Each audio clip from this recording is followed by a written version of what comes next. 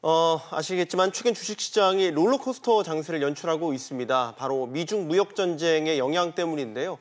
이로 인해서 우리 시장은 예측하기 어려운 흐름이 이어지면서 시장의 피로감도 한층 짙어지고 있습니다. 네, 이 무역전쟁 영향으로 코스피 2300선도 붕괴되면서 위태로운 상황이 올 수 있다라는 전망도 나오고 있습니다. 또 무역전쟁뿐만이 아니라 곧 2분기 실적 시즌도 시작이 되면서 우리 증시에 변화 줄 수 있을지 여러 변수들에 대해서 관심이 쏠리고 있죠. 오늘 자세한 이야기 전문가와 나눠보겠습니다. 김영익 서강대 경제학부 교수입니다. 어서 오세요. 안녕하십니까. 네, 안녕하십니까. 앞서 말씀드린 대로 이제 지난 금요일에 코스피가 2300선이 깨졌단 말이죠. 굉장히 지금 요동치고 있습니다. 교수님께서는 그 배경 어디 있다고 보십니까? 네, 우선 외국인이 주식을 많이 팔고 있기 때문인데요. 네. 1월 우리 주가 정점이 2월에서 6월까지 약 5조 3천억 팔았습니다. 그럼 네. 외국인이 왜 팔았느냐? 그거는 지금 말씀하신 좀 미국 주역 무역 전쟁 그 영향이 강하고요.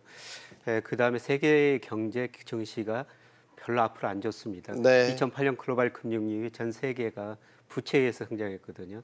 부채 성장 한계가 드러나고 그다음에 저금리 때문에 각종 자산가에 거품이 발생했는데 그 거품이 지금 하나씩 꺼지는 과정입니다. 예를 들어 2016년에 채권 시장에서 큰 거품이 발생했다 꺼지고요. 그다음에 올 연초에 가상화폐 문제가 생기고 있죠. 네. 그다음에 주식 시장, 그다음에 부동산 시장 큰 흐름상 세계 경제가 안 좋기 때문에 외국인들이 우리 주식을 팔고 있다. 그래서 주가가 이렇게 떨어졌다 이렇게 볼 수가 있겠습니다. 네. 네. 자, 지금 이 글로벌 증시가 조정을 보이는 그 이유에 대해서 지금 트럼프발 시작된 무역 전쟁 때문이다라는 얘기도 많이 나오고 있는데 사실 그 무역 전쟁 우려로 인해서 글로벌 증시가 약세를 보였다라고 하면은 이제 오는 6일쯤에는 이 부분이 좀 어느 정도 결정이 날 것으로 보이는데 네. 그러면은 이게 불확실성 해소 차원에서 오히려 그때 되면은 시장이 또 올라갈 수도 있는 기회를 마련하게 될까요? 예. 500억 달러 서로 지금 무역 간 네. 이렇게 전쟁을 하고 있는데요. 그게 결정되면은 사실 불확실성이 해소되는 차원에서 어느 정도 주가가 반등할 수 있을 것 같습니다. 그런데 문제는 무역 전쟁이 이거로 끝날 것인가? 그거는 아닙니다. 네. 흔히들 투키디데스 함정이라고 그러는데 그게 네. 뭐냐면은 지난 500년 동안 역사를 분석해 보니까 한 강대국이 있었는데 신흥국이 그 강대국을 이어갈 정도로 커질 경우 전쟁이 일어났다는 겁니다. 네. 16번 중에서 12번 일어났다는 게 하버드대 앨리슨 교수의 분석인데요. 중국이 지금 GDP 측면에서 너무 빨리 커지고 있거든요. 그다음에 그동안 중국이 제조 강국, 무역 강국을 쳤는데 이거 부분적으로 달성했어요. 중국이 지금 앞으로 목표로 내세운 게 금융 강국, 군사 강국이에요. 그래서 미국이 이걸 그냥 지켜볼 수 없다는 거죠. 네. 이런 측면에서 보면은 미중 무역 전쟁은 나중에 금융 전쟁까지 확산될 수 있다. 이게 쉽게 끝날 문제는 아니라고 보고 있습니다. 그래서 단기적으로 반등은 하더라도 문제는 계속 남아 있을 것이다. 이렇게 내다볼 수가 있겠습니다. 추세적인 상승을 기대하기는 어려울 수도 있다. 자, 그러면 과거에는 어때요? 과거 무역 전쟁 때는 주가 흐름이 어땠나요? 주로 미국이 무역 전쟁을 일으켰는데요. 1930년대 초반 영국과 무역 전쟁을 했습니다. 대공황이 일어났었죠. 네. 그다음에 1984년에서 88년 또 미국이 일본하고 무역 전쟁을 했었습니다. 네. 이때는 일본이 무릎을 꿇은 것과 마찬가지죠. 플라자 협정도 돼가지고 엔달러 환율이 230엔에서 100엔까지 갔거든요. 네. 그러다 보니까 미국은 좋고 일본은 나중에 상당히 어려워졌죠. 그다음에 2002년에 2004년 미국과 유로존 무역 전쟁이 있었는데요. 이때도 시차를 두고 경제 성장률 둔화되고 실업률이 상대방까지 다 올라갔었습니다. 네. 자, 지금 보시는 이제 주가 흐름에서도 아실 수 있지만 큰 변곡점들이 있을 때마다 말씀하셨던 글로벌 금융 위기라든지요. 그럴 때마다 털썩털썩 주가 흐름도 나타나고 있습니다. 앞서 이제 교수님께서 말씀하셨던 부분, 외국인들이 많이 팔고 있다. 즉 국내 증시를 떠나고 있다라는 얘기겠죠. 6월 한 달 동안 증시 매도 물량 1.8조 원을 기록했다고 하더군요. 10개월 만에 최대 수준이라고 하는데 외국인의 매도 이유는 근본적으로 또 저희가 단기적으로 본다면 어디 있다고 보시는지요? 예, 지금까지 말씀하신 건 미중 무역 전쟁, 우리나라 수출 중 중국이 차지하는 비중이 27%, 미국이 11%입니다. 두 나라가 거의 절대적으로 높은 수준이고 우리나라 네. 수출 의존도가 높은 나라이기 때문에 사실 우리 무역이 위축될 수밖에 없죠. 그게 중요한 이유고요. 그다음에 보다 근본적인 이유는 전 세계적으로 부채에 의한 성장 한계가 도래하고 있습니다. 2008년 글로벌 금융위기를 겪으면서 선진국들은 정부 부채가 많이 늘어났습니다. 네. 예를 들어서 GDP 대비 지금 105%가 넘었는데요. 지나친 수준이고 또 브라질 같은 나라도 정부 부채가 GDP 대비 82% 정도 되거든요. 선진국이 82% 이거는 큰 문제가 될지 않을 텐데 부채가 좀 위험해 보입니다. 그다음에 기업 부채가 많이 늘어난 나라가 터키하고 중국입니다. 특히 중국 기업 부채가 GDP 대비 160%가 넘었는데요. 이런 거 부채에 의해서 성장한 나라들의 한계가 도래하면서 금융시장이 불안하니까 뭐 신흥시장 불안하니까 외국인들이 우리 주식을 같이 팔 수밖에 없는 거죠. 사실 올해 연초만 하더라도 이제 오늘이 하반기 첫날 시작 아니겠습니까? 거래일이죠. 예, 그런데 연초만 하더라도 증권사 투자 전략 뭐 전망들 나오면 3천선 장밋빛 전망이 굉장히 많았어요. 네. 그런데 그 당시 우리 교수님은 좀 보수적인 시각을 내주셨단 말이죠. 어떤 네. 근거로 그런 시각을 말씀 주셨나요? 네, 저도 증권사 리서치센터장을 했었습니다만 예. 증권사는 조금 더 낙관 전망을 할 수밖에 없는 것 같고요. 네. 그리고 작년에 워낙 주가 지수가 많이 올랐으니까 네. 또 좋은 상태에서 전망했으니까 올해 좋게 전망할 수밖에 없었죠. 그런데 저는 올해 우리 기업 이익 증가세가 둔화될 것이다. 실제로 애널리스트들이 전망치를 낮추고 있고요. 그다음에 지금까지 말씀드린 부채의 성장 한계, 그다음에 각종 자산가의 거품이 발생했는데 네. 이 거품이 해소될 것이다. 이런 측면에서 저는 좀 비관적인 전망을 해왔었습니다. 네. 네. 자, 저희가 이 시점에서 뭐 여러 가지 무역 전쟁 우려도 앞서 얘기했지만 또 하나의 그 증시에 보면 악재라고 볼 수 있겠죠. 금리 얘기를 여쭤보려고 합니다. 뭐 미국 금리 인상 영향 저희가 시장에서도 영향을 크게 받고 있다고 볼 수 있잖아요. 예, 그렇습니다. 지난 주말에도 미국 개인 소비자 물가 지출 이게 물가가 발표됐는데요. 네. 근원 물가가 2%가 넘었거든요. 미 연준의 통화정책 목표가 물가 안정, 고용 극대화예요. 이미 고용 극대화 달성했고 물가가 오르니까 금리를 인상할 수밖에 없죠. 네. 그래서 앞으로 9월, 10월 달에 한 두 차례 정도 더 인상할 것이다. 이게 네. 시장의 지배적인 견해입니다. 네. 뭐 그럴 가능성이 높고요. 그러다 보면은 미국 연방 기금금리가 1.75%인데 뭐 거의 2.5%까지 올라가죠. 그렇게 되면 우리 기준금리 1.5%인데 과연 우리는 어떻게 해야 되느냐?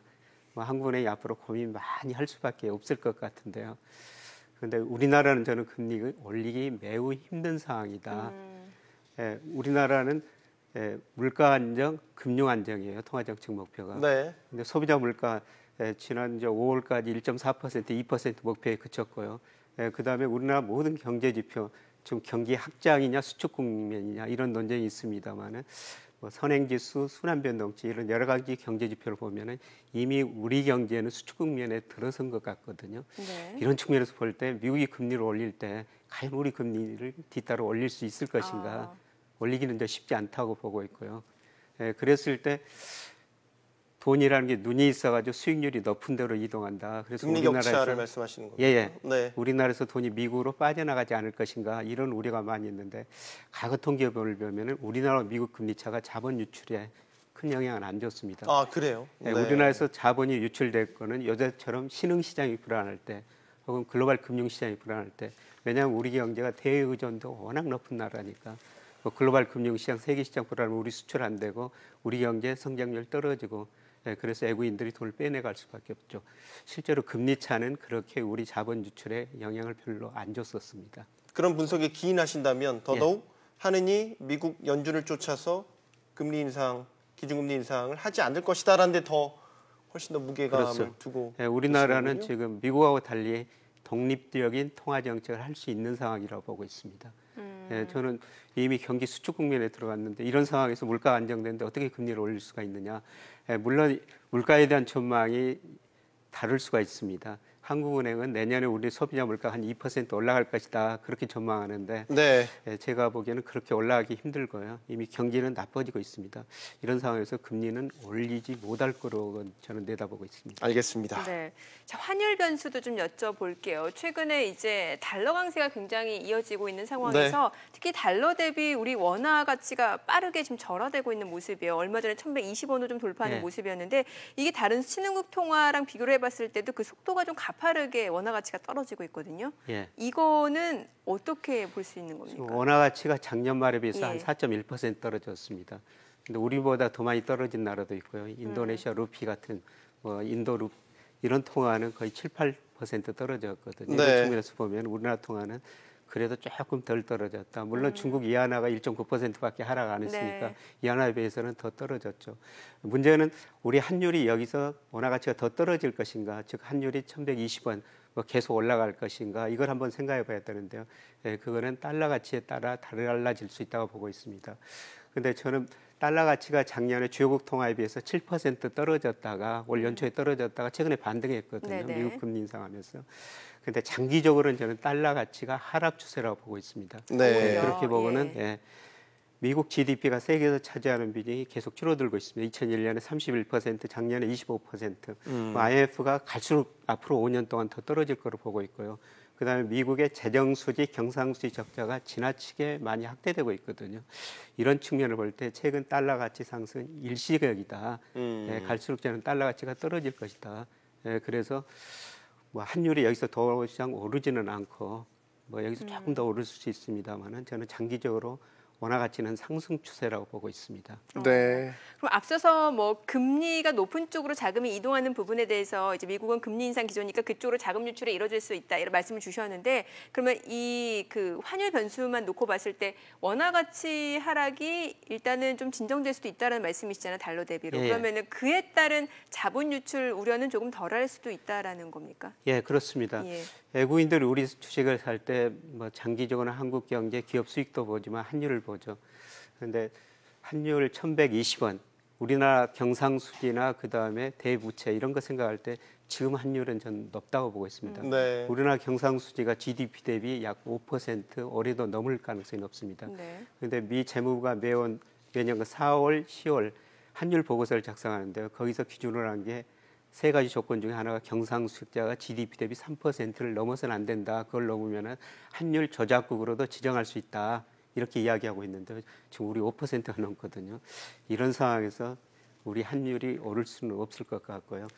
환율이 더 이상 오를 수 없다면 외국인이 그동안 주식을 많이 우리 순매도했는데 환율 측면에서는 우리 주식 순매도가 앞으로 갈수록 상당히 줄어들 거라고 보고 있습니다. 투자자들을 위한 조언을 좀 해주시죠.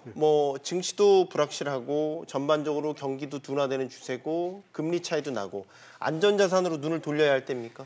안전자산은 서서히 저는 비중을 늘려야 될 때라고 보고 있습니다. 지금 네. 세계 경제 좋고 특히 미국 경제 좋거든요. 그런데 미국 장단기 금리 차가 계속 축소되고 있어요. 그거는 미국 경제가 앞으로 갈수록 둔화될 것이다. 특히 미국 경제 2009년 6월을 저점으로 지금 110달러의 확장 국면을 보이고 있는데 내년에 경기 침체에 빠질 가능성이 높거든요. 지금 미국이 단기 금리를 계속 올리고 있는데도 국채 수익률 10년짜리는 3%가 넘었다. 2.8%로 오히려 떨어졌거든요. 장기 금리가 떨어진 것은 미국이 금리를 올릴수록 앞으로 소비 투자가 위축되면서 미국 경제 성장이 둔화될 것이다. 네. 이런 측면에서 좀 내년에 미국 경제마다 나빠질 수가 있습니다. 그러면 금리 떨어지는 것이죠. 네. 그래서 이런 시점에서는 저는 채권 비중을 좀 늘리고 주식 비중은 줄이는 게 바람직스럽고요. 그다음에 장기적으로 제가 달러 가치 약세라고 보고 있습니다만은 주식에 금 같은 이런 상품도 조금씩 관심을 가져주시는 게 좋을 것 같습니다. 네. 자, 이제 오늘이 하반기니까 좀 여쭤볼게요. 그러면 앞으로 우리 증시 방향에 대해서는 어떻게 보십니까? 저는 장기적 추세로 보면은 올 1월에 2,600점 넘었는데 예. 이게 하락 추세로 접어들었다. 그래서 이런 하락 추세가 한 2020년 상반기까지는 가리라 보고 있습니다. 근데 하락 추세에서도 언제든지 단기 반등은 있죠. 그래서 3분기에는 특별한 일이 없을 것 같고요. 그래서 이 수준에서 왔다 하다가 아마 3분기 기업 수익은 그래도 좀 삼성전자를 중심으로 괜찮을 것 같습니다. 그래서 4분기 주가는 좀 반등할 것 같습니다. 네. 그래서 장기 하락 추세에서 3분기 조정, 4분기 상승 이런 추세로 내다보고 있습니다. 3,000포인트 달성은 요원한 목표가 됐군요. 단기간은요. 2020년까지는 좀 어렵지 않을까 그렇게 생각합니다. 네. 알겠습니다. 마지막 질문, 어닝 시즌이어서요. 네. 기업들의 실적 전망 좀 해주신다면 어떻게 보십니까? 전체적으로요? 특히 그 삼성전자가 문제인데 사실 그 1, 4분기 우리 기업 수익이 전체적으로 증가했는데 삼성전자, SK 하이닉스를 빼면은 영업이 전년 동기 대비 마이너스였거든요. 네. 2분기 실적도 뭐 그렇게 좋지는 않을 것 같고요. 그런데 2011년에서 2016년 애널리스트 전망치를 보면은 애널리스트 연초 전망, 뭐 1분기 전망, 2분기 전망 하면서 애널리스트 전망치, 이익 전망치가 낮아졌는데 그래서 네. 계속 뭐 거의 5년 동안 주가가 조정 보였지 않습니까? 예. 올해 애널리스트 전망치 보니까 계속 전망치들이 낮아지고 있습니다. 그래서 작년보다는 실적이 뭐 삼성전자, SK, 하이닉스 때문에 조금 증가할 수 있지만은 전망치들이 낮아진다. 이거는 주가에 별로 좋은 소식은 아니라고 볼 수가 있겠습니다. 네, 증시 전망 해봤습니다. 김영익 교수였습니다. 고맙습니다. 잘 들었습니다. 고맙습니다.